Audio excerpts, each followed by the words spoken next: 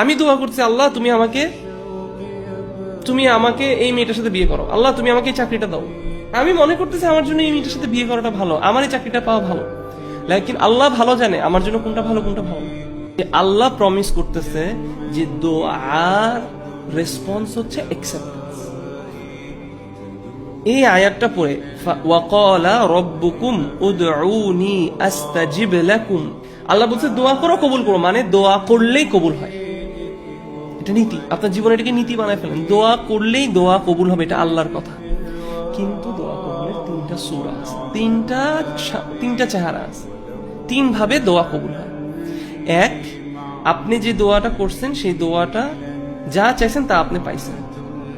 অথবা দুই, আপনার এই দোয়া করার জন্য আপনার থেকে একটা কোনো বালা মুসিবত, মানে কোনো একটা হার্ম আপনার থেকে রিমুভ করা হলো।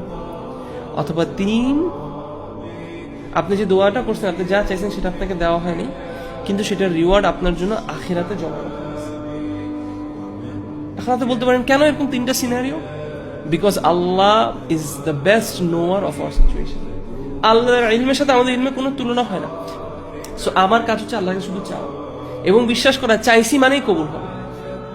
কিভাবে কবুল হবে? এই তিনটা যে কোনো একভাবে কবুল হবে, আলহামদুলিল্লাহ।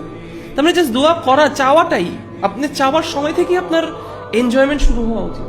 আমরা দোয়া করে অপেক্ষা করি দোয়া কবুল হইলে খুশি হই। দোয়া যে করতে পারছি, দ্য তৌফিক আমি যে পাইছি, দোয়া করার তৌফিকটা যে আমি পেয়েছি, এখান থেকে আমার খুশি হওয়া সুবহানাল্লাহ। এবং দোয়া থেকে দূরে থাকা ইজ অ্যারোগেন্স, এটা হচ্ছে অহংকার। দোয়া থেকে দূরে থাকি এবং আমরা দোয়া করাতে আমরা শিখি না। সুবহানাল্লাহ।